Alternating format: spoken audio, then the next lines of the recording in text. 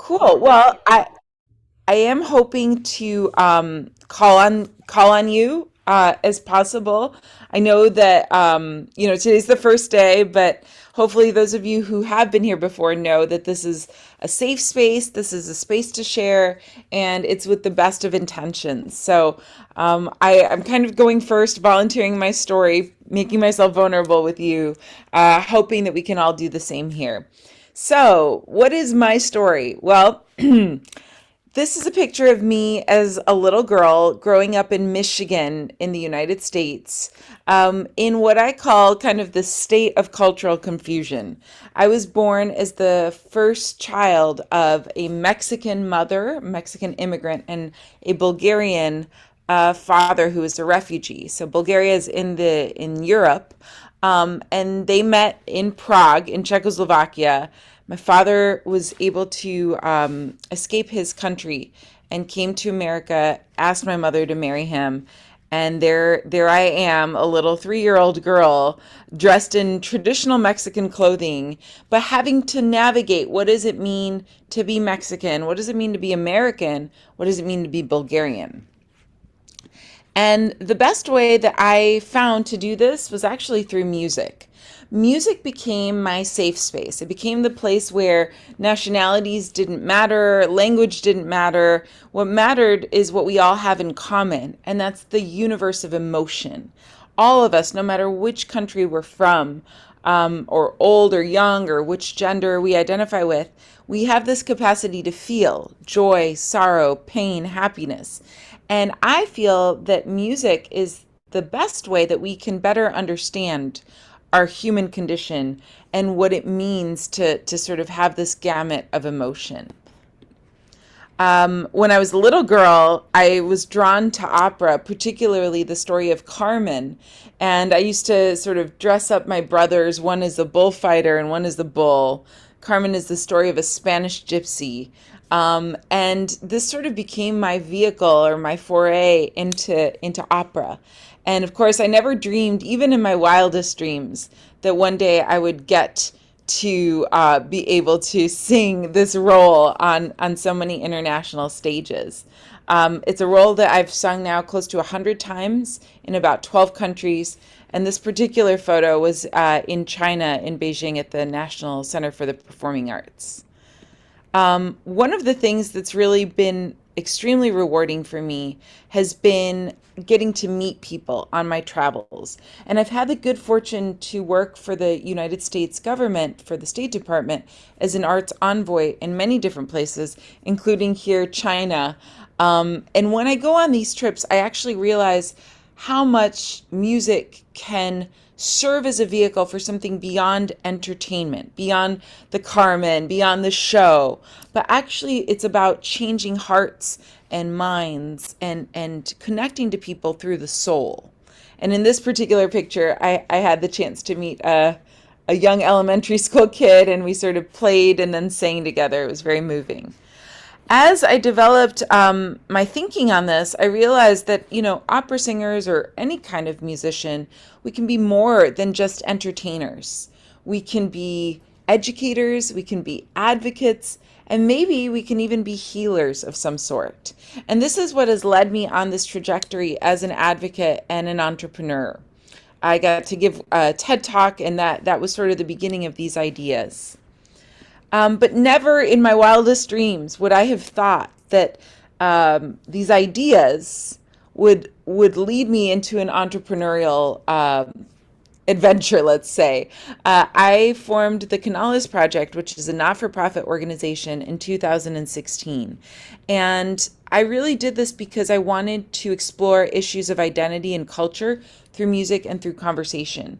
For me, that cultural confusion I had as a kid, I realized actually a lot of us go through that. A lot of us are trying to understand our identity, whether it relates to a cultural background or a gender background or so many different issues that relate to identity. And so I founded this organization with that spirit. Very early on, we founded in 2016. In January of 2017, as many of you know, we inaugurated President Trump. And the Me Too movement was sort of born around that time. And so I decided to try to take an idea of how can we advocate for women? How can we celebrate women? And I turned it into an entrepreneurial project. And this project is called Hear Her Song. Through Hear Her Song, we celebrate remarkable women from around the world by creating songs that tell their story and that honor them. And so, in this way, hopefully, it's a call to action for others to better understand women leaders, to support women in their communities. And we now, 6 years later, five years later, have about 50 songs for women from around the world, including Hillary Rodham Clinton here in this photo. And I share this photo because Joshua Sardenia, who's also part of our activities in the advocacy group, is here. Some of you may remember Kurt Crowley, who is the music director of Hamilton on Broadway. He's been our music director for the project, pictured here on the right. And we have two wonderful singers, Elizabeth Stanley, who was the lead in Jagged Little Pill on Broadway, and the wonderful, wonderful Crystal Monet Hall here, who has been one of our composers, and she's a fantastic gospel singer. But, this kind of work, reaching out to communities, learning about cultural differences, and going back to learning about my own roots has been at the core of so much of what I've tried to do as an artist, as an entrepreneur, and as an advocate.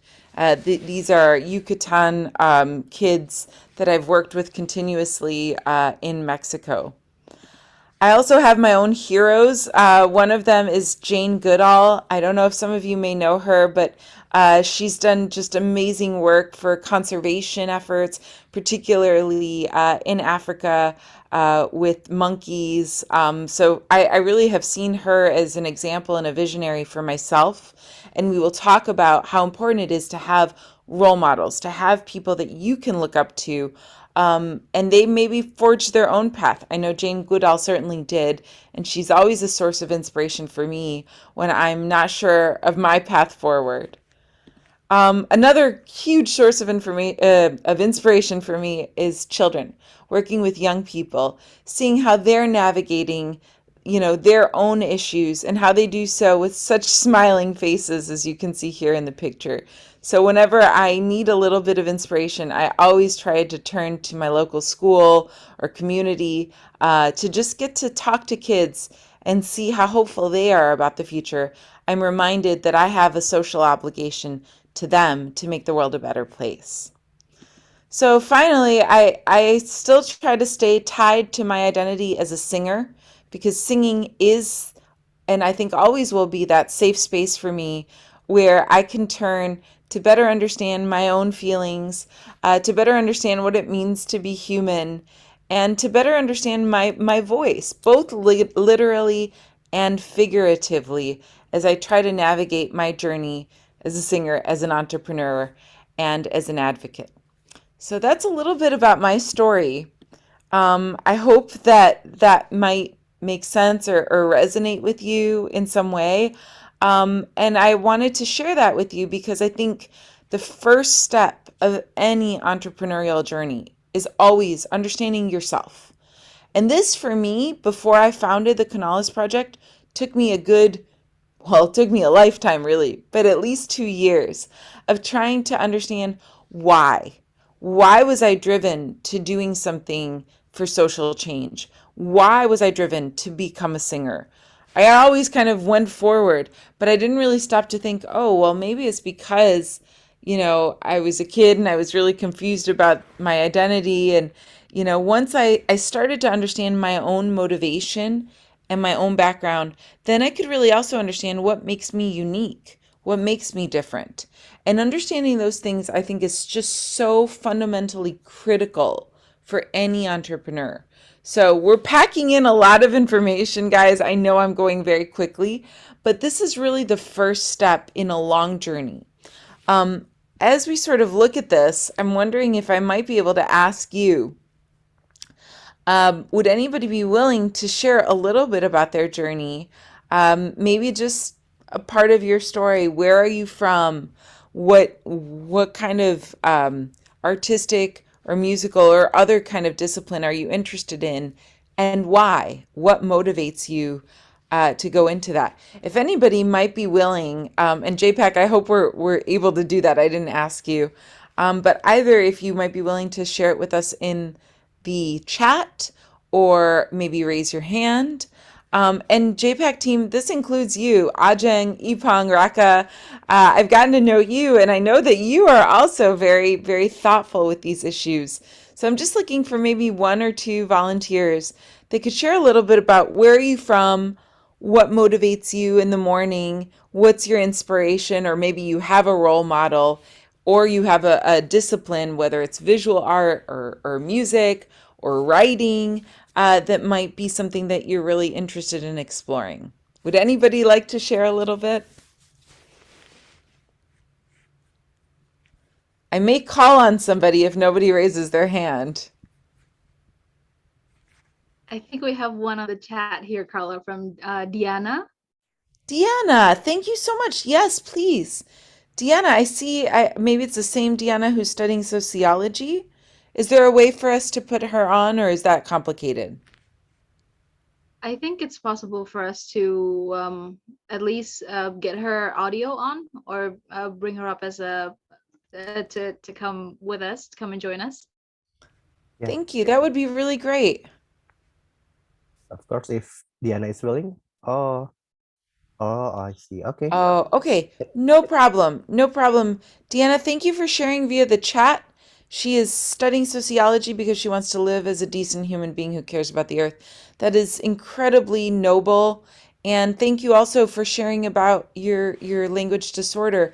I want you to understand that, again, this is a safe space. I will say this many, many times.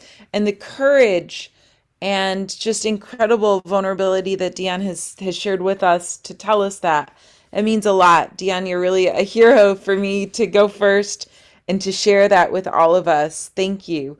And I also want to give a shout out to Maria, who's telling us about her disabilities growing up and that she's studying psychology and how driven she is to help people. Guys, this is really wonderful. Kyoto, short story writer with a historical theme. I often write the little known history of my place of origin. I already want to read it. Please send us some of your writing. Ajeng, I'm wondering if I can turn to you because I've gotten to know you a little bit. So, would you mind if I bring you up? Sure, no problem. So, Ajahn, tell us a little bit about yourself. Where are you from? I know, I happen to know, guys, Ajahn is a phenomenal singer. She's also a great leader, a wonderful team player, someone who knows a lot about music. Ajahn, where are you from and where did this inspiration toward the arts come from? Right. Thank you so much. That's very kind of you to say, by the way. I'm from Jakarta. I did not come from an artistic or musical family whatsoever, but I've always been drawn towards stories. So, like I remember, I still vividly remember the very first movie that I saw on the cinema when I was 3 years old, and it was Tarzan, Disney's Tarzan, and I was just blown away because it looks so beautiful, the music's Wow. beautiful, and I didn't understand a single word of English at the time, but like I could understand it, like I could somehow follow it and be like and just like be engrossed by it, like from start to finish. And like it's pretty amazing to think of it now, considering I was 3 years old. And so that's kind of how I what got me going. And like at first I also went through the whole confusion, and like I still feel like I'm trying to figure it out now, like what am I a singer, am I an actor, am I a writer, and all of those things. But I think at the heart of it, I feel like um I am, and I want to be a storyteller, just from whatever media it is. That's so well put, Ajeng. And I mean, I hope everybody here realizes I'm totally putting her on the spot.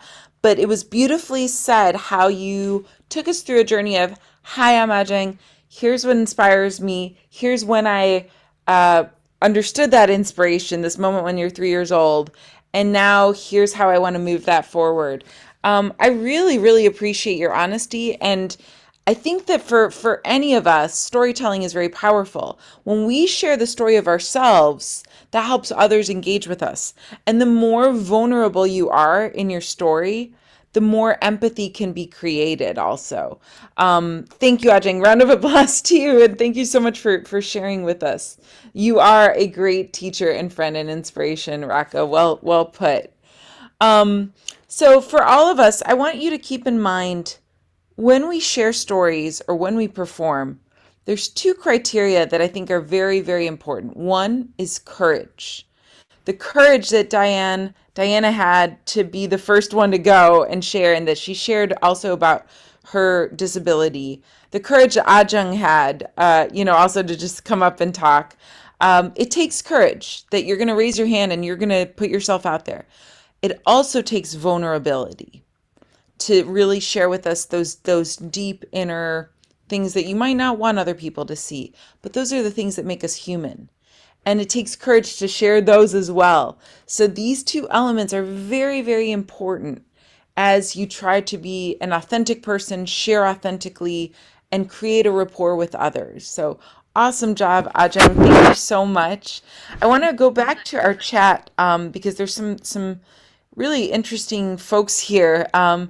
Uh, Brahmara says, I'm co-founder of Nalitari, an inclusive dance organization based in Yogyakarta. Thank you. So we work with people from diverse backgrounds, also physically and mentally unique characteristics and conditions. Sounds incredible. Brahmara, I'm curious if you have any kind of links or videos. That's going to be our next step. I want to see all the work that all of you do, and I'm sure others of us here also want to learn from each other. Samuel says, I represent a small studio, thrive on children's books because I think a lot of children have little to read and to relate. That's fantastic. Really, really inspiring. I see also Jan Benny. Right now I work in photography industry, but to be honest, I used to study IT in college. Interesting. Erda, I teach literature in university, especially drama and theater. Some drama scripts I've written, but I don't know. I don't if I have the confidence to publish them. It is never too late. I promise you that. I'm probably the oldest person on this Zoom, and I'm still going and doing things for the first time. And you know what? I hope that I will still be doing things for the first time in my 50s, my 60s, my 70s, because that's what it's all about, is always learning and always growing. Um, Istifada. I hope I'm pronouncing this correctly. I come from Yogyart, Yog, Yarkat. Can someone please pronounce this? I'm butchering it. Yogyakarta. Yogyakarta. Yeah, Thank you. no I worries. study Arabic. Jogja. Oh, okay, cool. Jogja. Thank you. Thanks for that. I studied Arabic literature and now I'm actively working in art management. Wow. From literature, it seems the beginning of my love of art. Every morning I wake up, I always feel happy working with art. This is incredible. Thank you. And Nalitari also put the I'm gonna definitely check this out. Gosh, you guys are so interesting. Okay, so I'm saving this chat.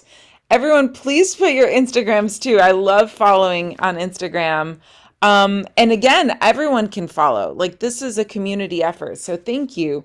Um, I want to move us to one other exercise. So, first exercise of the day is how to tell your story, how to shape your narrative with courage, with vulnerability.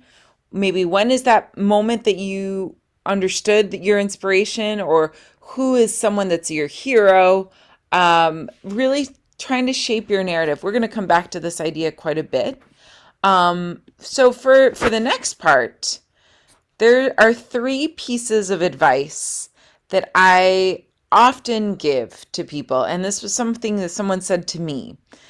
Those of you who are in advocacy may have heard me say this already, but this is just something I come back to as a cornerstone. First one, find your ball. Okay, this is so important. I have a dog. Some of you might see him occasionally. His name is Grizzly. And for any of you who've had a dog or know about dogs, perhaps you know what it's like to engage in a game of fetch. So my dog will go after the ball just over and over and over again. He can be super tired, and once he sees that ball, he's like the first time he saw the ball, he wants to keep going and going and going. It dawned on me one day that my dog is so passionate about getting his ball. He'll just keep going until like maybe literally he will collapse. Like I can't stop him from going after that ball.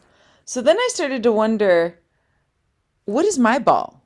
What would I keep doing until like 4 in the morning? Like I would completely forget to sleep or eat. That, not that that's a good thing, but like that just I'm so passionate about that thing that like I could forget everything else because the ball just will like keep me going, my energy for that ball. And I think it's really, really important to identify what is that fun, amazing, exciting thing for you. For me, it used to be opera singing for sure. I would like listen to opera albums until, 3 in the morning. And then it kind of shifted and I became much more interested in helping people and teaching and working with people, on these issues. Like hearing your stories here in the chat, I could easily stay until 4 in the morning just Googling your Instagrams and hearing your stories because I'm so fascinated, right? What would be your ball? Some of you have said, whether it's dance or visual art or helping other people, and let's get as specific as possible. What really is the specific thing that like you would stay up Googling or talking to people about, or like forget to eat, forget everything because you're so passionate about it? Find your ball. That's number one. Yeah? Does anybody have any ideas in the chat of specifically your ball? Try throwing this out there just in like 1 or 2 words. My ball is visual art. My ball are short stories. My ball is fashion. My ball is pop music. I'm curious to see if any of you might be able to tell me a little bit about your balls. Music, food. Oh my gosh, food is totally my ball too. Whoever said that, Josephine. Yes. Musical theater appreciation, Raka. Contemporary dance. Gosh, you guys, this is so cool to see. Writing and researching historical stories. Like, look at what an amazing group of people we have here. Wow. Yes, Bagus, food and music. Bagus has a great voice, by the way, guys. I love this. By the way, I don't know if he's with us, but Mario, our friend Mario from Advocacy and Voice, has the best Instagram on food. He takes pictures of food. Oh boy, every day I'm waiting to see Mario's photo of food because Indonesian food to me seems like it must be the most delicious food in the world when I see these photos. These are fantastic. You knew I was thinking about Mario. I love this. And Vera, thank you here for sharing. This is really fantastic. So interesting to see. Bagus, one day I dream of it because the food in Indonesia, I feel like would be my favorite food ever in the world. I'll never leave if I go there. Thank you guys. And so by sharing, do you see how quickly we've established number 2, which I'm going to go to in a moment. But look at, we have 96 people here, plus our panelists, who all have these passions. And many of you have said dance. Many of you have said music. Many of you have said stories. So right now, you have the ability to meet other people who have your same ball. And that is so powerful. Because when you surround yourself with people with your same passion, imagine the things that you can do together. So again, I invite us all to put our Instagrams. We can follow each other. We can definitely stay in touch. One of the things I hope JPAC team maybe we can do is also do a WhatsApp group. If you guys use WhatsApp, I know I do. I love it. Okay, so finding your ball, number 1. Number 2, it gets a little trickier now. Who are your five? Your five. So let me tell you what I mean by this. The people that we choose to surround ourselves with on a daily basis, they have the greatest influence on us. When I say who are the five people that you interact the most with on a daily basis, I don't necessarily mean who are the five people you want to interact with, or the five people you admire the most. I mean, who are the five people right now? If you were to grab your phones and say, okay, who are the five people I'm texting with or WhatsApping with the most or calling the most or Instagram DMing, whatever it is, the most. Those five people who you're most frequently in contact with, they have the most influence on your mood and your energy.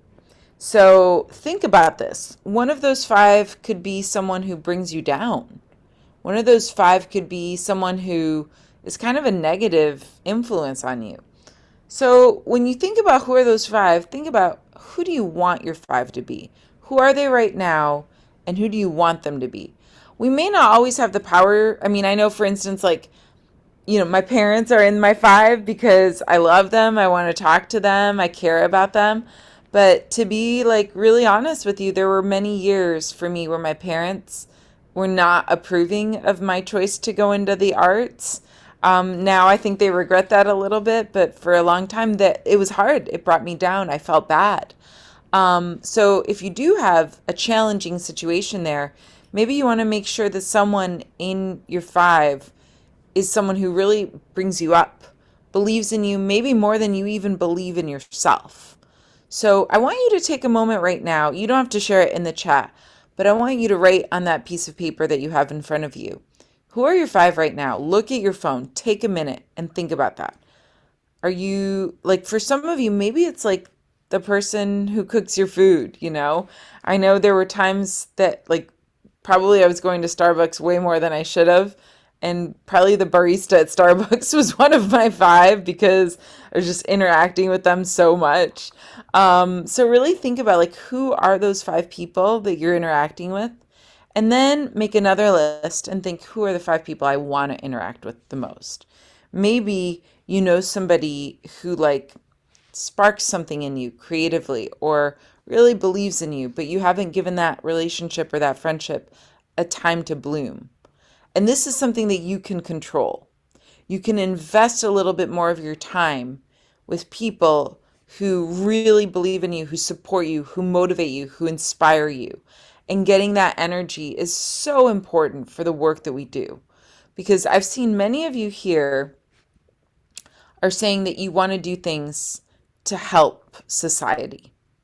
And that is such a beautiful, beautiful spirit. And when we help society, it can also be very draining because there's a lot to fix in society. So you have to know, where can you get your energy from? Yeah. Think a lot about that. Final tip, final advice, number 3, go to the place. What do I mean by that? So once you've identified what you're most passionate about, what your ball is, ask yourself a question. Where is this thing happening? So for instance, if you love fresh food, maybe you want to be near farmers or like at least a farmer's market, right? Where you can get really fresh food. If you're passionate about musical theater, well, I gotta say, I hope one time in your life you get to come to New York, to go to Times Square, go to Broadway. If you're passionate about visual arts and crafts, maybe you want to be near artisans or even maybe near a museum. Being in the place where your passion is most common and surrounding yourself with others who have that same passion will no doubt be a stimulating and inspiring experience for you. And, it's not necessarily that you can move to, New York City immediately. But if you're really passionate about musical theater, maybe you want to be engaged with the JPAC team who are doing incredible things. If you're really passionate about, food, maybe being near a special restaurant or something that ignites that. If you're passionate about visual arts, maybe it's something having to do with a museum or artisans, dance. Being around other dancers is going to help you to achieve that.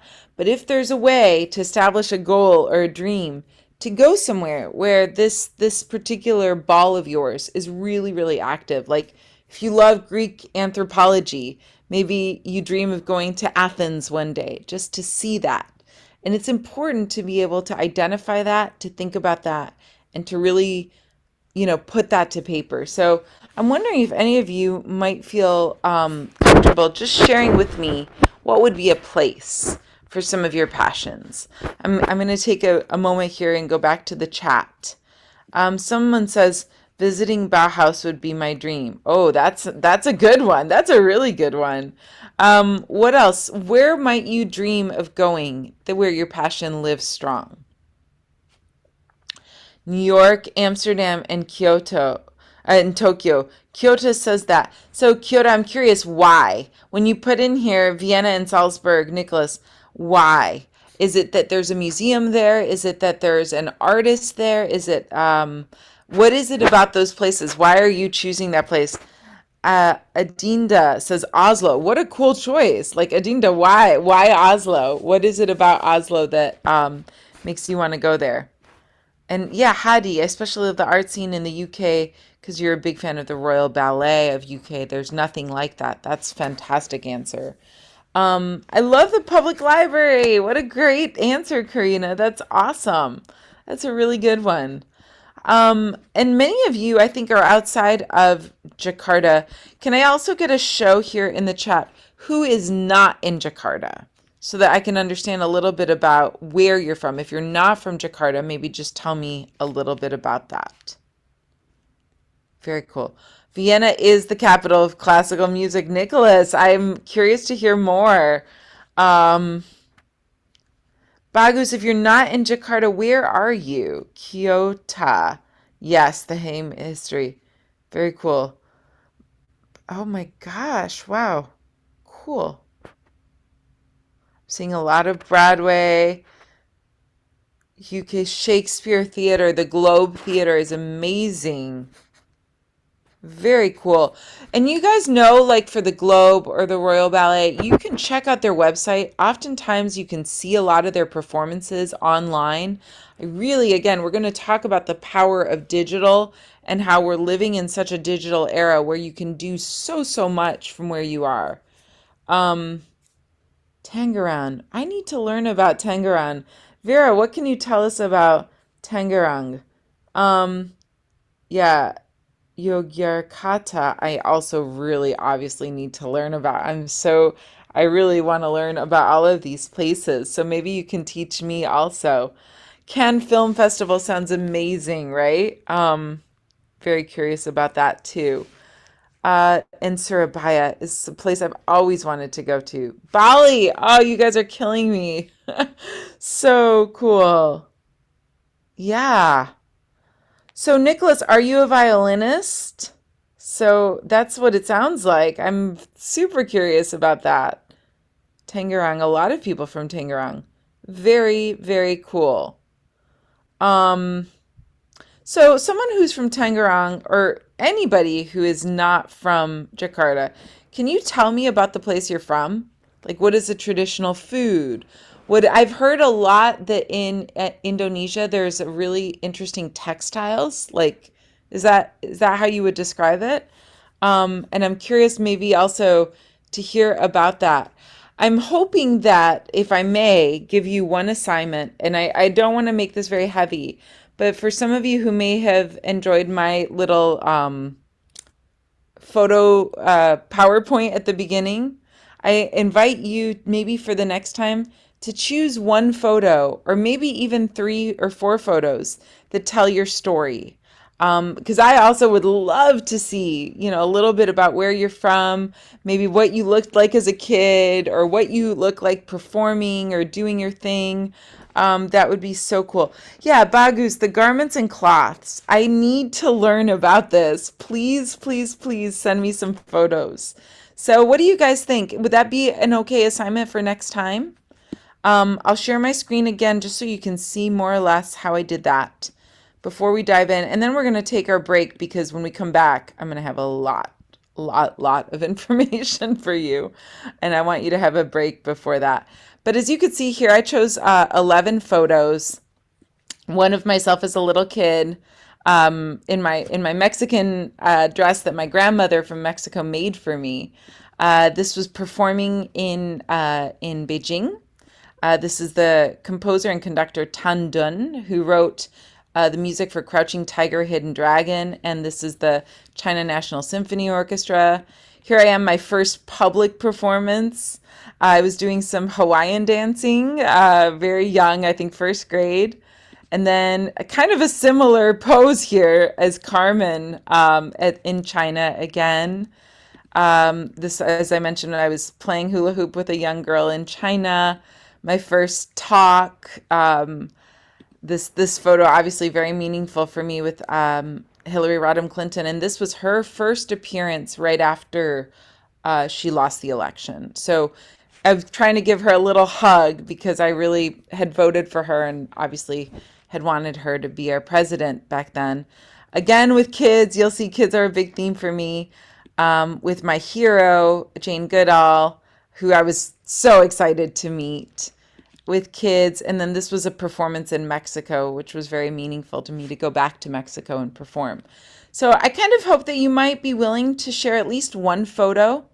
But if you want to put together 4, 5, 6 photos where you could share your story, and hopefully next time we can call on some people that can share a little bit more about their stories, try to relate it to your narrative, so that we can learn about why you've chosen your passion, what is your ball, where are you, how are you developing this. So I think that that will be a fun assignment. Hopefully you can, make a little bit of a PowerPoint and it'll be fun. I'm reading about traditional food.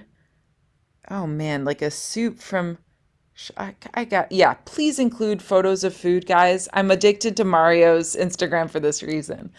Okay, I think that so far I'm learning more from you, I think, than you're learning from me. But be warned, the second hour I have a lot of terminology and ground that we're going to cover. So why don't we take our break now so that you'll come back nice and fresh.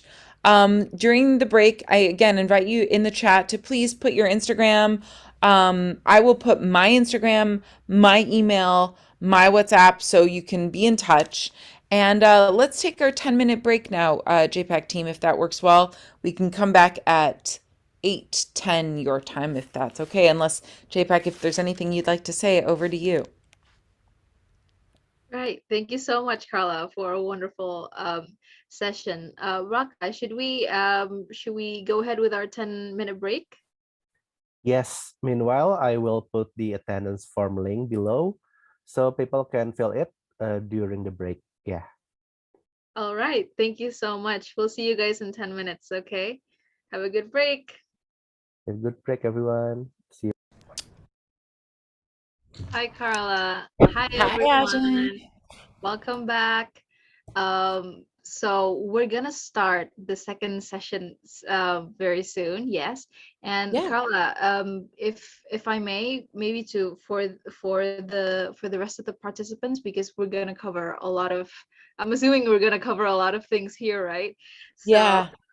I would just like to encourage everyone to use the Q&A button on the panel below if you have any questions, and I'll help Carla get through the questions as we go on throughout the session. And as per usual, keep the comments and keep the chat going, and I'll hand it right over to Carla. Okay. Thank you. Thank you, Ajahn. I have tried to put the presentation into the chat, my PDF. Has everybody received that?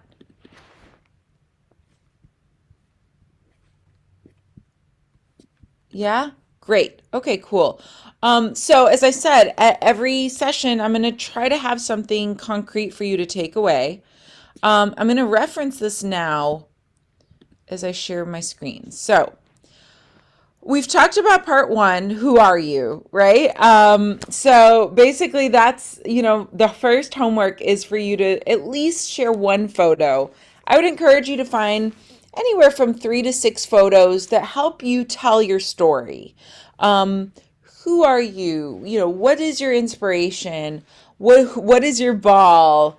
Do you have a role model? Where are you from? All of these kinds of questions. And as you search for those answers, I have these 5 principles here that I find this advice I've always come back to it, and hopefully it will be helpful to you, right? So I think everybody is cool. I'm happy to send you my PowerPoint photos, but I don't think you need that part. As we go into this next part here, this is really where things get a little bit more technical. So bear with me. It's, as I wrote here, it's important for you to have a clear sense of who you are and what your abilities are. You want to be able to self-assess your strengths and your weaknesses and try to, capitalize on the strengths while at the same time working to improve the weaknesses. In any kind of entrepreneurial or artistic business, you will always be privy to getting feedback, getting criticism. Some of it may be constructive, some of it may be well intentioned. In our singing classes, for instance, we're always looking for, some suggestions, some comments, and that can be very well intentioned. But as you probably found out by now in life, there can also be some really hateful thoughts on the internet, especially that are just critical for no good reason. At the end of the day, what I encourage you all to think about is you evaluate yourselves. You think about how to judge yourselves on your performance, on your trajectory, on what you're doing, because ultimately the opinion that matters is yours. So the first part of this is, and I am sharing kind of like my whole screen here. I'm sorry, this is rather messy. Is that better? Sorry, I hope that you can all see this. And I'll try to keep the chat up too. There we go.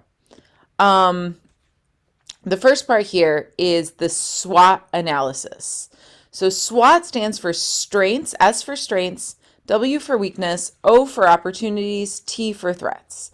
Let's just break this down really quick. So you can use the SWOT analysis tool. It's a tool for anything.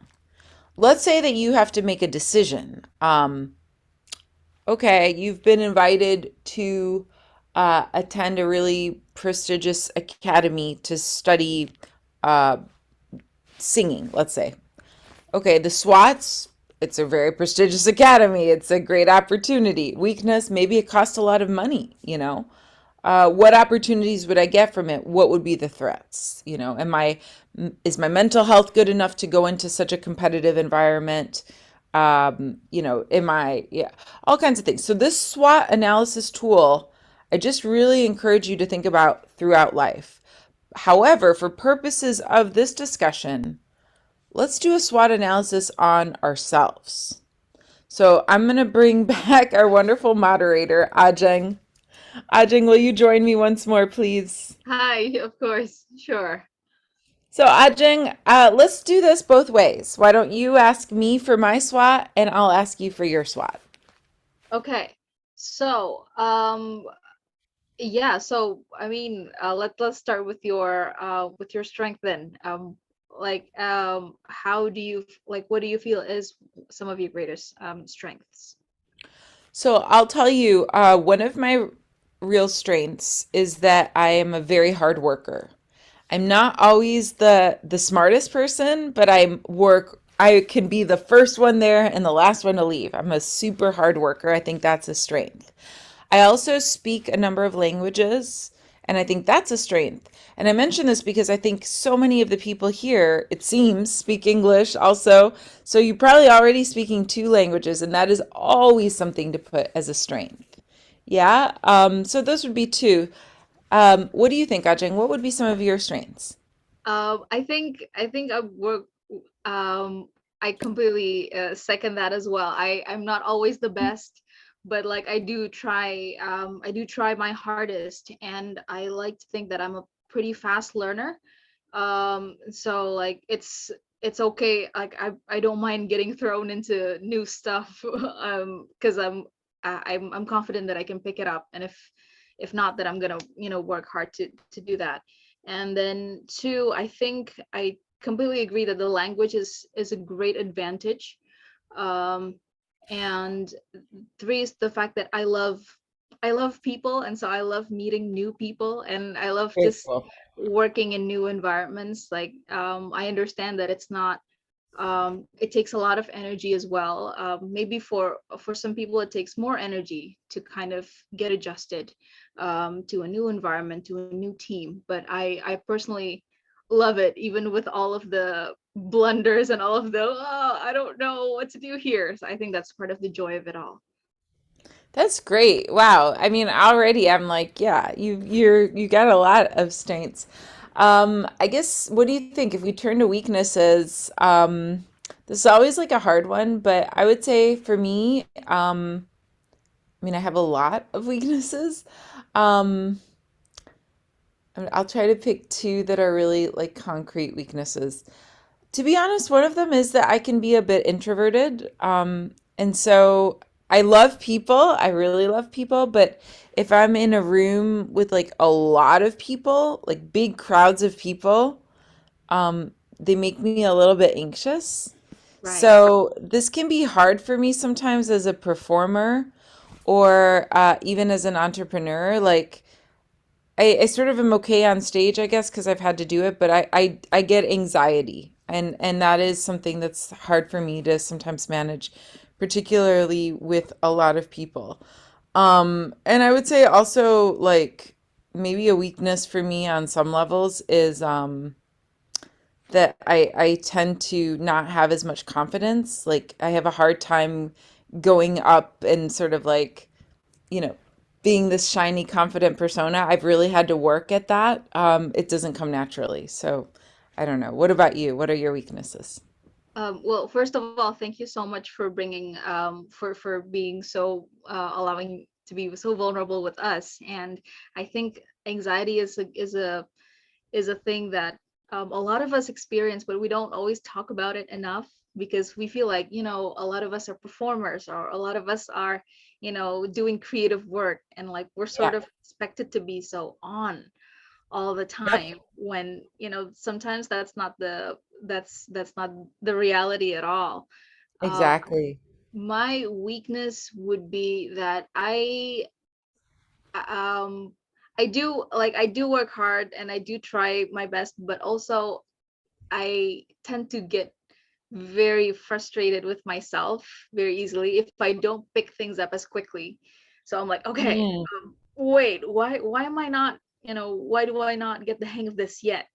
And like sometimes I can be very hard on myself, and um it's only maybe the past few years that I realized um how harmful it can be to be too hard on ourselves. And so that's I think that's one of my Achilles heel, if you will. And then um in terms of I have ADHD, so there are times where I'm wow. very okay, like I'm gonna do this, and like I'm doing like several things at once. But then Yeah. there are other periods of times where I'm like, I barely have energy to, do my basic stuff, like eating. Like sometimes for me, even like sticking to a good Yeah. like eating schedule can be quite challenging. And so I would say like that's one of the things that I have to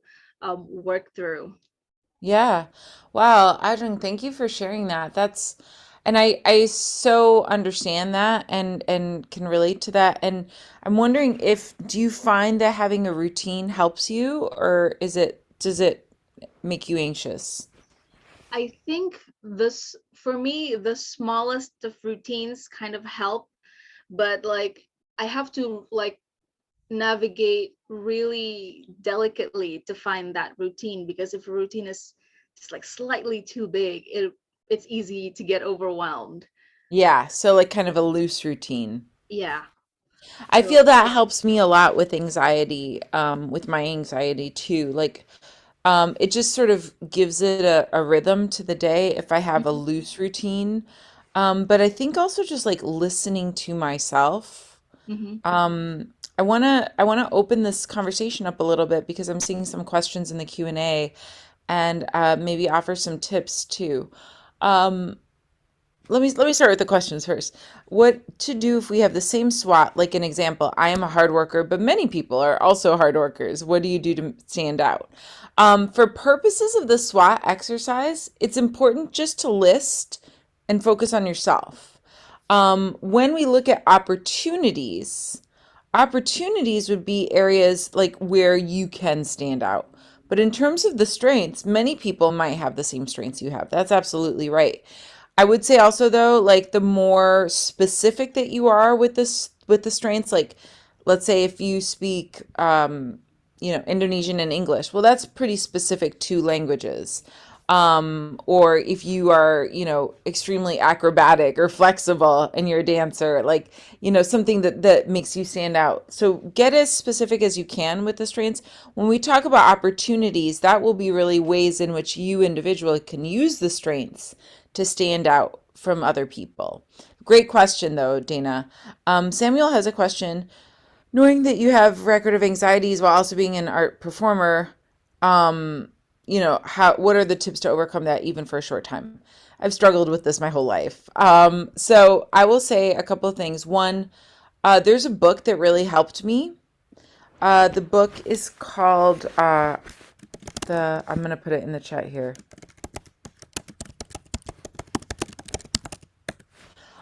I didn't read this book until I was like in my late 30s, and it changed my life. And in fact, my husband will tell you he feels like it's like a handbook to me. It's like, here's the manual for Carla.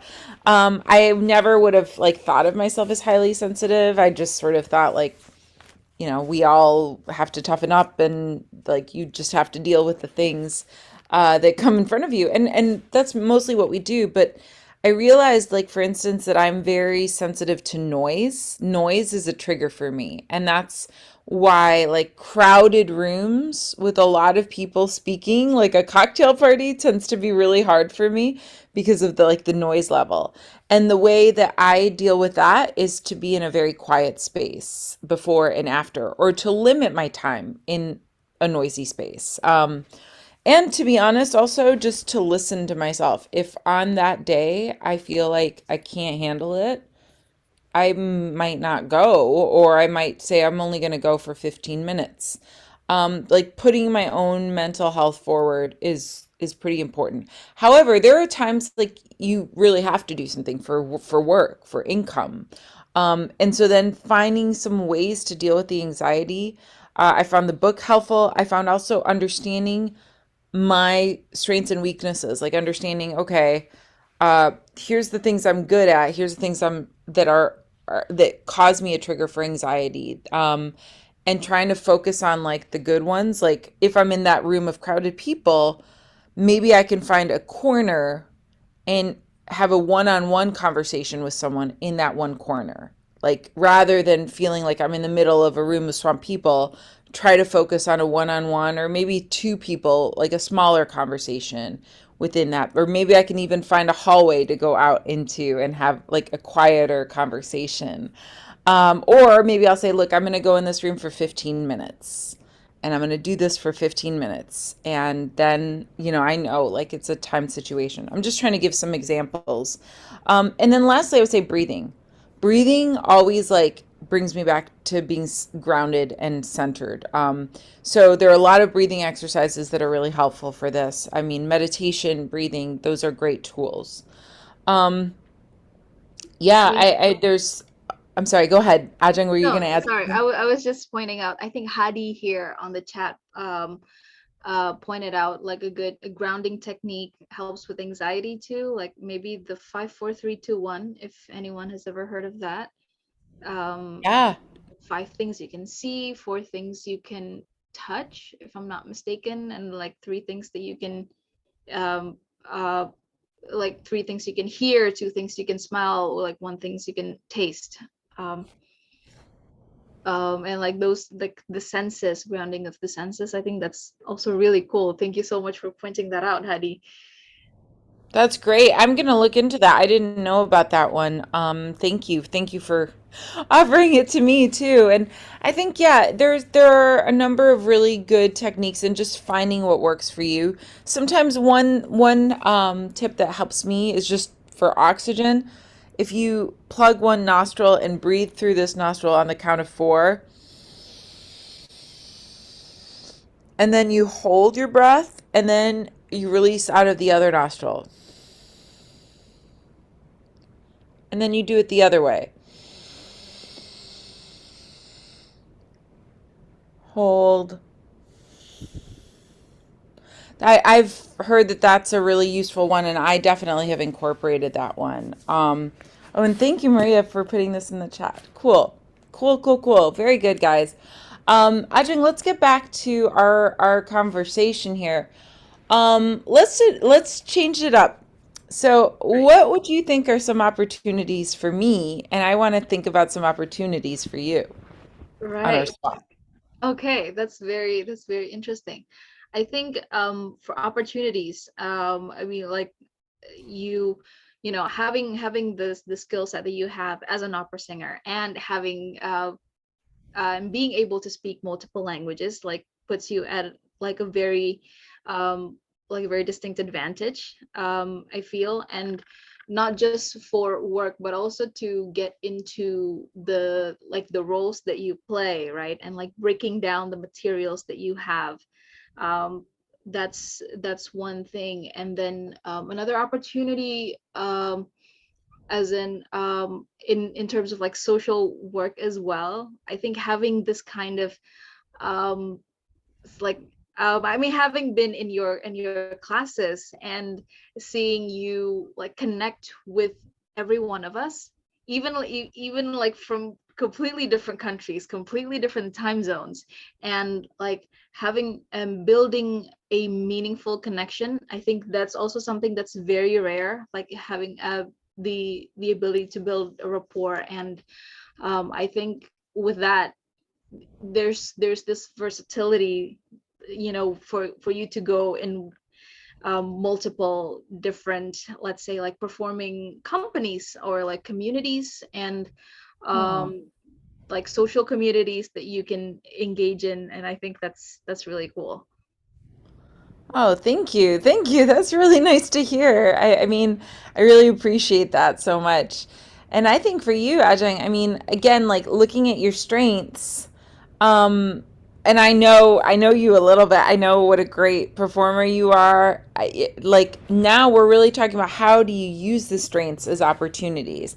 I Right. feel like for you, Ajay, this entrepreneurship track is like perfect because Ajay is a very unique person in that she has the talent of an amazing singer and actress, but she also has the sort of skills of being a natural leader, a kind person who loves people, a storyteller, and a hard worker. Where, for instance, I could see you putting together a one woman show. I could see you, you know, doing something that you sort of own that space or organizing.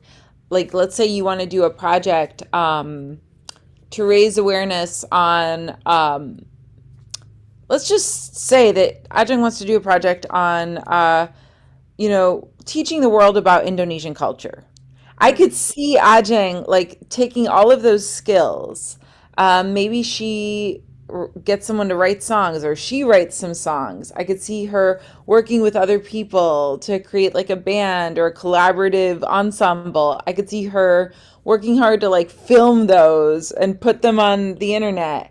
And I could see her love of people like developing your network and asking them all to watch it and share it with their friends. So do you see how I'm trying to incorporate like your strengths Mhm. into opportunities to make things happen? And would you say that, I mean, I really believe like you have so many talents that all kind of come back to narrative and storytelling that can move in different facets so that you could do something for social impact in that way. Does that make sense? Yes, and thank you so much. Thank you so much for saying that as well. I think that's very kind of you.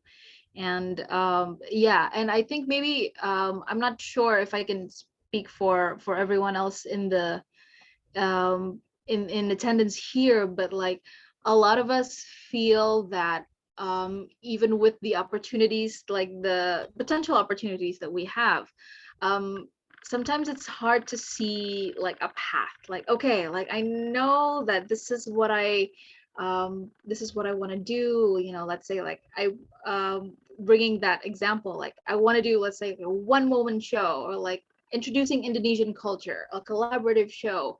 But then it's hard to see like what to do first. And I wanted to Right. ask you how to determine that. I think you have to, okay, there's no easy answer to this. I'm Mm, going to say that first. The the approach I take is I was going to save this for next week, but I'll just share it. I call it fishing. I go fishing. So let's say that I have two or three ideas. I sort of put them out there like a fishing rod, which might mean emailing some people, or it might mean creating some content, or it might mean fleshing an idea out. But I take it to the next step, and then I kind of put it out there as a fishing rod. And usually, if I have like 10 fishing rods, one or two of the ideas will stick and go into something. So, ideation, as I call it, like taking an idea and exploring it, ideation, that there's like the idea, like, oh, I have this idea. And then there's like, okay, let me explore that idea. That's ideation. And then you sort of figure out which ones have traction, right? Which ones have movement? Where is the fish like hooking? And then you go into entrepreneurship, like using the business skills to make it happen. Does that make sense? yes, I think completely. And I think it's the what is it? Sometimes it's even like determining what to do first can be overwhelming for some of Oh, us, right? yeah.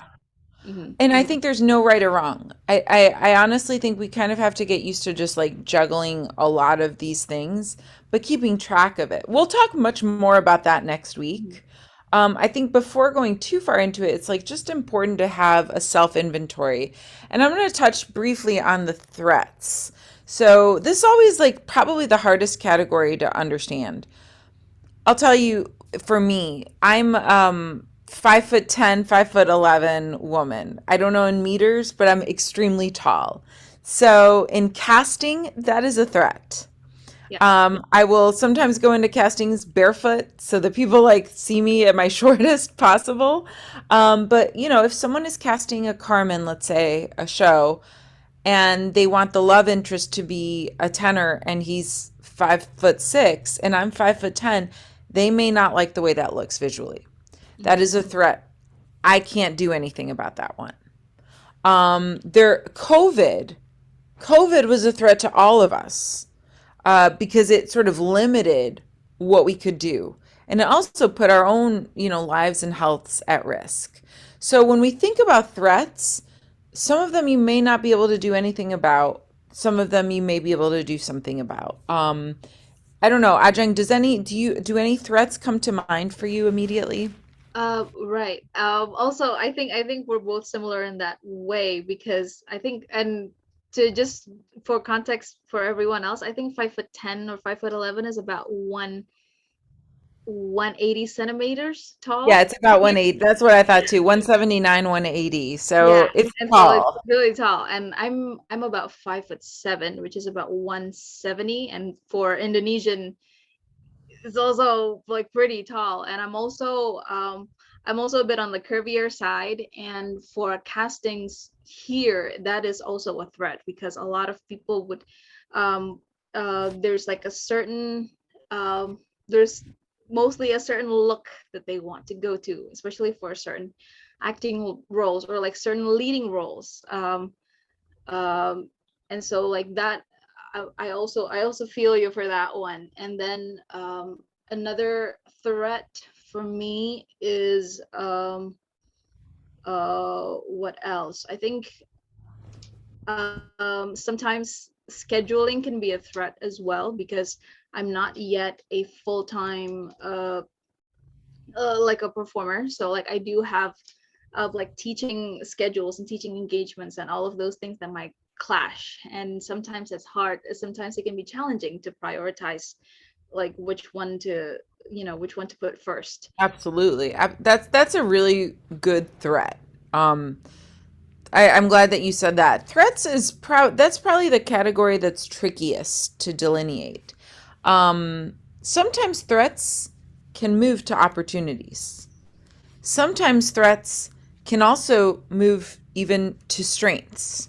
But it like sometimes my height can work in my favor.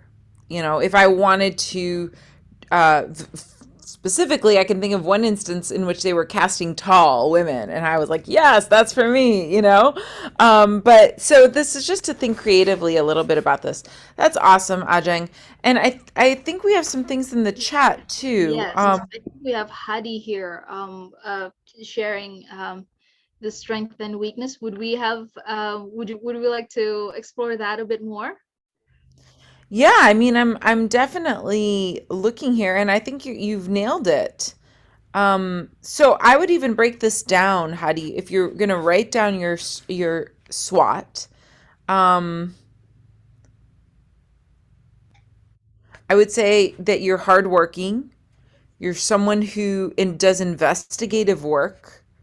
You're analytical, and you seek inspiration from various forms. That's four strengths from what I'm reading here. At least four, because you're also managing more, and I will definitely check out your Instagram too.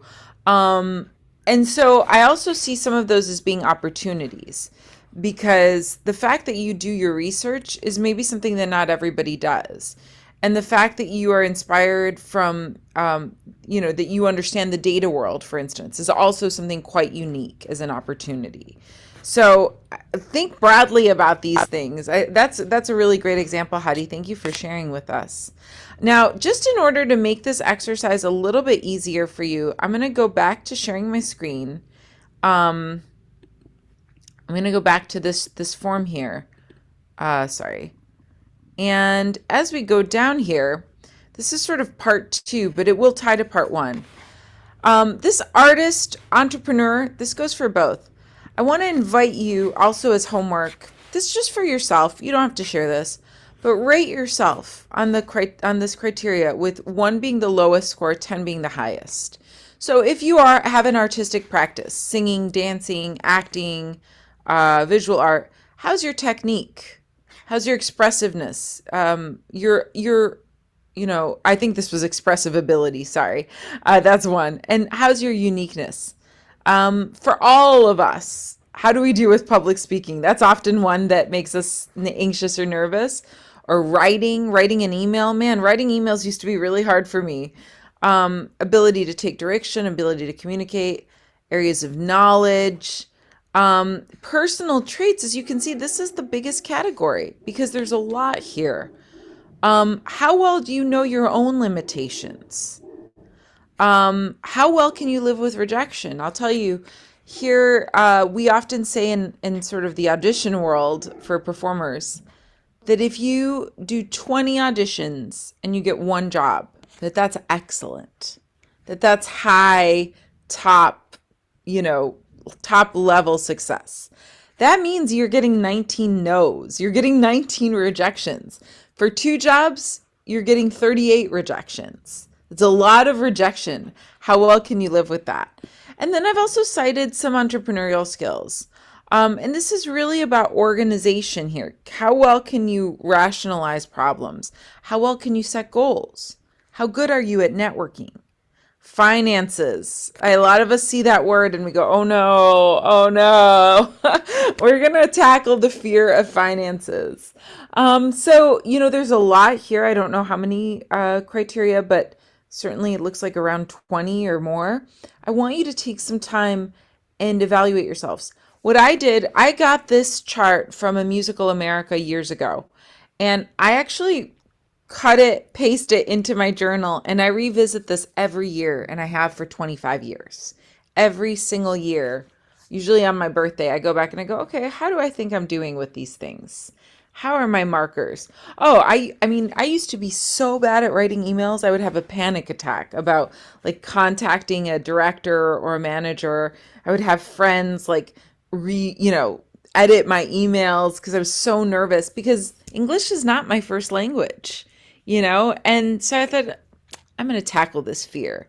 And I started reading online, what's a good email look like? And I started to really like work on my format. And now I'm super confident with emails and I shoot them out all day, you know? But gosh, 5 years ago, this was like my weakest category. So really think about all of these things a little bit, guys. Yeah. And At Carla, least, if I may ask a yeah, question. of Um, course. um, so a lot of us, I don't know, I feel like in my experience and being with among fellow performers or art or creatives, sometimes it can be very tricky to evaluate ourselves as objectively as possible. So True. do you have any tips for that for our friends here? I do. And I'm going to talk about that also more next week. So I sort of hinted on this today. Who are your five? My goal for you will be that you are able to create a list of 5 people who become your board of directors, to use a business term, who become your kitchen cabinet, your main 5 people. These 5 people, guys, should be people that believe in you even more than you believe in yourself. And especially when you're young. I mean, I remember when I was in my 20s, like I was like, oh, am I going to be able to do this? I don't know. I don't know. And these guys, they're like, yes, you are. Yes, you can. People I could call at 2 in the morning or people that I could look to for advice, right? Next step, ask them to evaluate you. Sit down with them and say, how do you see me on these things? Um, and I think that that can be very informative, but you have to sort of, maybe right now you have one trusted friend or one trusted colleague who you could go, hey, I'm curious. What do you think about me in these roles? That said, though, Ajeng, the key here for today is being able to strengthen your self-evaluation process. You might know from the singing classes, I always say at the end of singing, okay, what it was one thing you liked and one thing you didn't like. That's self-evaluation. Because why? Why is this so important? It's part of building confidence. Once you go out there with any entrepreneurial idea, with any artistic idea, you will get criticized. You'll have people that go, oh, no, that's not for me. You know, why does she do this or why does she do that? But if you have the confidence to say, no, I chose to do that because XYZ, then you don't have to listen to the outside criticism because you have built your inner evaluation, your inner confidence based on what you know. And that's gold. I can't stress that enough. But that comes from years of self-evaluation, of understanding your strengths, of understanding what you want to achieve and the things that you're working on. Yeah? Does that make sense? Yes, Crystal, and I think the what we've been doing in the artistry class with what we like and what we didn't like is also a good like a simple like first step towards it, because I understand that. And this is something that I notice that among us Indonesians, sometimes we're like, yeah, I don't know. I get like it's very hard to find the things that we did like about ourselves sometimes. And so I think that's a good way to balance that. Well, this is hard, right? Because I think many people will see this as the fine line between confidence and arrogance. Yes. Now, let's talk about that. Arrogance is something I think that we can smell a mile away. When someone comes in and they're overly confident and they deliver not so much, Hmm. that's arrogance. I can already tell in this room, I don't think we're seeing a problem of arrogance. But how is it that we can tell? Well, we have an intuition. We can feel that. And so the missing link there is authenticity. When your confidence comes because you authentically, you truthfully know what are your strengths and what are your weaknesses. And you're brave enough, as we talked about the courage, to share both. And you're vulnerable enough to share both. You're saying, hey, I am confident in these things. And you know what? I'm working on these other things. And this is my authentic self. This is my true self. There's something so refreshing and attractive to that. The sort of arrogant person isn't going to show you their weaknesses, and the arrogant person is going to overstate their strengths, right? So I'm not talking about aiming for arrogance, but I am talking about, the opposite of the arrogant person is someone with no self-confidence. And that's hard. And I'll tell you why that's hard. Because anytime you're in a leadership position, whether it's as an entrepreneur, as an artist, if you're on the stage and you're asking people to watch you, you have to have that confidence of saying, hey, I'm going to do something really cool. I hope you're going to watch me because it's cool and I've worked really hard at this, right? Or if you're an entrepreneur, you're starting a business, you're saying, hey, I've got something cool to say. It's special, it's unique, it's me, it's my truth. You have to have that confidence. Otherwise, if you're like apologizing and like, hey, don't look at me, I'm really shy, I don't want you to look at me, like then you're the opposite of arrogance. Well, then of course you're not going to attract attention because you're saying like, I don't want it. You've got to find the middle line. And finding the middle line for me is always about finding yourself, your truth, your authenticity.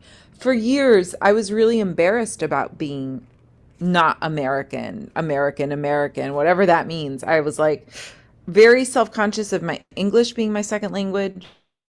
I was self-conscious about being super tall and having a Slavic last name, Durlikov, for my father. I was self-conscious that I didn't understand American football or American traditions because my parents were foreigners. And I just wanted to fit in, like desperately wanted to fit in, apologetically wanted to fit in.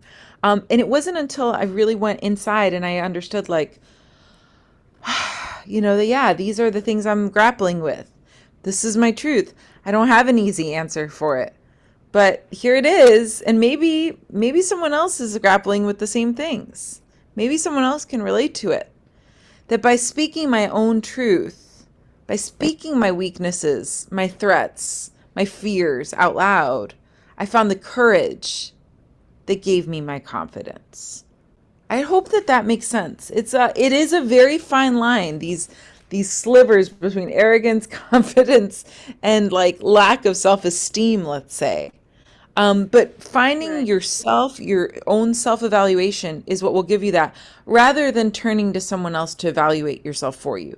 That is important, Ajeng, but I think it's even more important that you evaluate yourself and that you do that on digging yourself. Right. And so it does take a while to kind of get, navigate that fine line, right? But it's something that we Absolutely. kind of have to it's something that maybe is not easy to say. There's no quick like step, okay, step one, we do this, and then you will get to step two. So it's something that we kind of have to figure out as Exactly. we go on. Yeah. I And it believe takes time. was that, sorry? It takes time. I mean, this won't necessarily happen overnight for anybody, but this is why we're all here. It's the beginning. Yeah, I totally agree. I think we have a question from Kyoto as well. I'm gonna try to translate this while we wait for our amazing interpreters. I have an idea to collaborate like with cross maybe Kyoto, if you can for correct me if I'm mistaken. So interdisciplinary artists. It's just that um I feel hindered by my communication. So how do you build a common ground from like the difference of other people's skill sets and personalities? How do you build a common ground? I'm sorry, can you say that one more time for me? I guess like how do you build a common ground from having all these differences with the other people that you have to connect with? Does that make sense?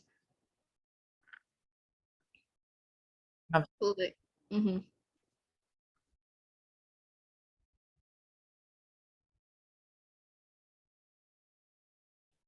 That's a great question, Kyoto. Thank you. That's a really good question. I think that the first place is to start with what we have in common. And to me, that's human emotion. So you can have people with very different belief systems, very different backgrounds, religiously, spiritually, culturally. But what do? We all laugh, we all cry, we love, we feel pain, we feel sorrow. And that's where the storytelling unites us because we're all human together. In addition to that, one tip I will give is food helps. Even though we might like different kinds of food, we all have to eat. So I would think about what are the things that we all have to do, right? What are the things that we all experience? What are our commonalities? Even among very different people, there are always going to be some commonalities. And I would try to build upon those things. And believe it or not, I have worked with groups with extreme differences. And when you build upon the commonalities, you find even more commonalities. And then you find more. And before you know it, you actually have a baseline of built experiences and built commonalities just within that group. So that's a quick answer to a complex question. But we will come back to that more. And I hope that that's a good beginning place. I want to just move us along in the document a little bit more because gosh, I can't believe we are already running out of time. So there's a very, very important point here. The UVP. UVP stands for Unique Value Proposition. This is perhaps the most important thing that we're going to cover in the 5 sessions. What is it that you are uniquely suited to do? What distinguishes you from your competition? What do you bring to the table that can solve someone else's problem? Can you come up with one sentence? Now, I mentioned how my whole life I was trying to escape my reality as Bulgarian Mexican. Like whenever someone asked me, where are you from? It was hard because I would say Michigan. They're like, no, where are you really from? You know? And what I actually ended up realizing was that thing that makes me unique is that I am a Mexican Bulgarian American. I was born with that. And that uniqueness helps me to better understand people who have that mix, who are foreigners. So I'm wondering, can you find one sentence of what makes you unique? All of you are unique. We know that because each of us are unique. But think about what is your UVP. Maybe you are unique because you care about people with a disability because someone in your family had that disability and you want to explore that disability through dance, through music, through art. Maybe you really care about women's issues because of something in your background, or maybe you figure out what is it that makes you uniquely suited to moving forward. That's a complex one. We're going to go more with that. Sneak peek here at part 3, and then I'll go back. Vision, mission, and goals. I think we're going to save this a little bit for next time, but I also want you to think about this. As you're doing your self-inventory, all of this that we're doing here at the top, right? Self-evaluation. This is really the bulk of today. Rate yourself on these things. And then find what is the unique thing. Start thinking about what do you hope to achieve? What's your dream? What's your big vision? Like some of you, I know one gentleman said he dreams of going to Vienna, and I think he's a violinist. Okay, so that start thinking out loud, dream big, really big. Write it down. Then what makes you want to do that thing? What is your mission on it? And then what are your goals? And as we start to look at that dream, if your dream is, let's say, to play violin in Vienna someday, that's a big dream. That's a great dream. Your mission then probably is how I want to, focus on classical music and making classical music relevant today. What are your goals? Well, 6 months from now, maybe you want to give a performance in Indonesia. In 1 year from now, maybe you want to do some auditions to bring you to Vienna, apply for some grants, apply for some, different opportunities there. And maybe 5 years from now, you might see yourself actually living in Vienna and doing that full time. So this is where we start to make plans to utilize all of the things that we're looking at on this page. Yeah, I'm going to stop the share. I'm wondering, how many of you have a dream already? And if so, can I hear your dreams in the chat for anyone who's willing to share? Very curious. I know for me, my dream when I was like 18, 19 was to sing an opera live someday. That was it. I never dreamed I would sing Carmen, like not even in my wildest dreams. I was okay if I was like, the third person in the back singing. And now I really regret that. I should have been dreaming to sing on the biggest stages, leading roles. I didn't even have the confidence to dream that big. So I'm just curious, who has a dream of what they want to do or where they want to be? And Ajeng, feel free to chime in. Do you feel like you had a specific dream that maybe was with you a few years ago or is with you today? I have I have like a wish list of people and things that I want to do, to be honest. That's great. That's so great. And like, have any of those dreams come true for you? Um, yes, strangely enough, I feel like just for context, I'm also in the advocacy class for Hear Her Song, and I'm in Dian Sastro's group, and she kind of shaped my childhood. Like she's like shaped who I want to be.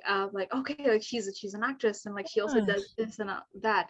And so doing Hear Her Song and being able to uh, I landed a tiny role in one of her movies um, a couple of years ago, and I got to have a whole like 3 or 4 hour car ride with her, and just like have an actual conversation. Talking about like what? movies, and like she also loves musicals and stage and all of that. So like that's really cool. Um, That's amazing. I had no idea. Thank you for sharing this with me. So this is a really personal thing now for you to get to write a song for her. It really is, and it's quite surreal as well. When I texted Wow. my mom when I got home, like I just shared a car with Dion, and she's like, "Did you take a picture?" I'm like, "No," because like we were too engrossed in conversation to do that, and like, but Oh. it's quite amazing. I love that you share this story. Thank you, Ajeng. And this like really warms my heart because now I better understand you in the advocacy class. And I'm amazed at the wonderful dreams in the chat here. Are you checking these out? Yes, there's amazing, and like we have the um working in the joining the orchestra, and then being a musical theater actress. I know Winnie is someone that I personally know, and she's amazing. I'm sure you've seen her in your artistic class as well. She's amazing. And then and there are some very I think we have here um Hadi as well. We have the dream like to determined to be financially stable first. That's something that sometimes a lot of us feel like we kind of don't want to use that as a dream, but I feel like it's also like a very valid Yeah. dream, right? uh, No, these are so heartwarming. And yes, all of your dreams are valid. I want to just comment on, sometimes you might think it's too late. Sometimes you might not have the support of your parents. Guys, I'm here to tell you, I didn't have the support of my parents. And my parents, I'm very close with them now, but I was, not close to them at all for about 10 years.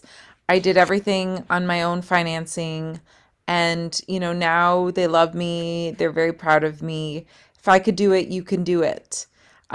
Even at my age, I'm doing new things. And if I can do it, you can do it. And so many people have done incredible things by just having that audacity to dream, to say it out loud, to put it in a chat, to like put it out there. That is the first step, is just claiming that and saying, this is my dream. I have this. And I want to leave you with one final thought. I know we're at the time, but dreaming, your capacity to dream is your gold. your willingness to dream, your willingness to sing, your willingness to act, your willingness to dance, your willingness to write.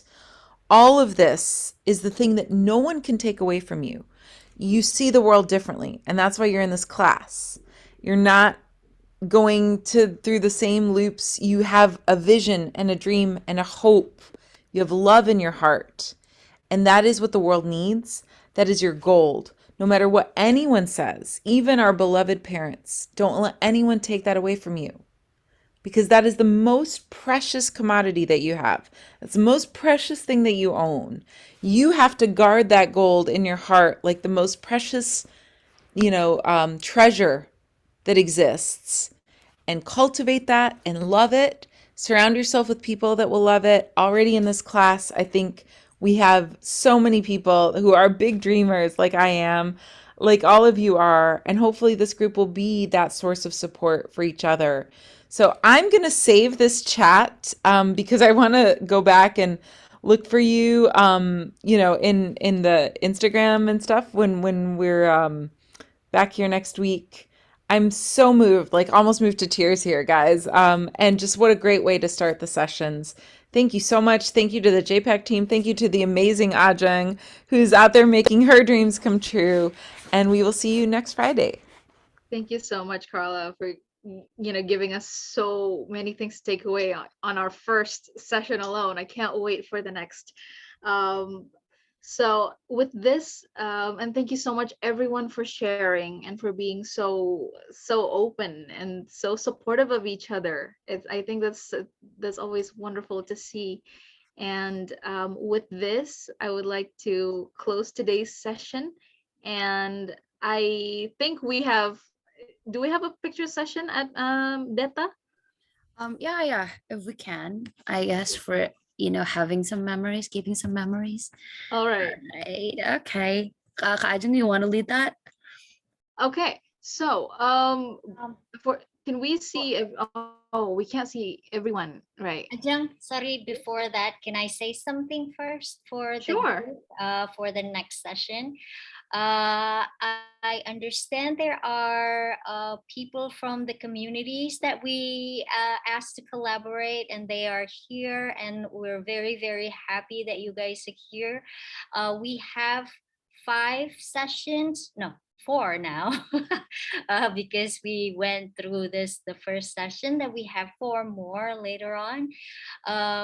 Please, you are very much welcome to, if you feel the benefit of this classes and everything, you are very much welcome to bring your friends together and learn together here. This is the spirit of collaboration, spirit of learning from each other, and also get to know other communities as well.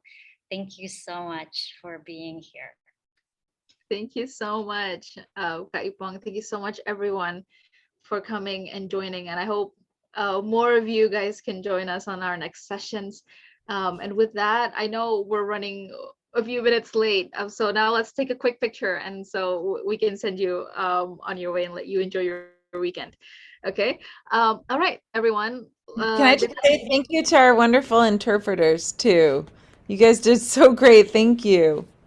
Amazing work, Malinda and Miss Amira. Okay, so let's take a quick picture. Deta, are we ready with the screen cap? Okay, yeah, I'm ready. Okay, all right. Say 1, 2, 3, cheese. All right. Okay. Okay, we're good. Thank you so much, everyone. Have a great weekend. Thank you, guys. Have a great day, Carla. Have a great night, Thank everyone. you so much. Thank you, everyone. Thank you, Carla. Thank you. Bye-bye. Bye. Thank you, interpreters. Thank you so much. Everyone.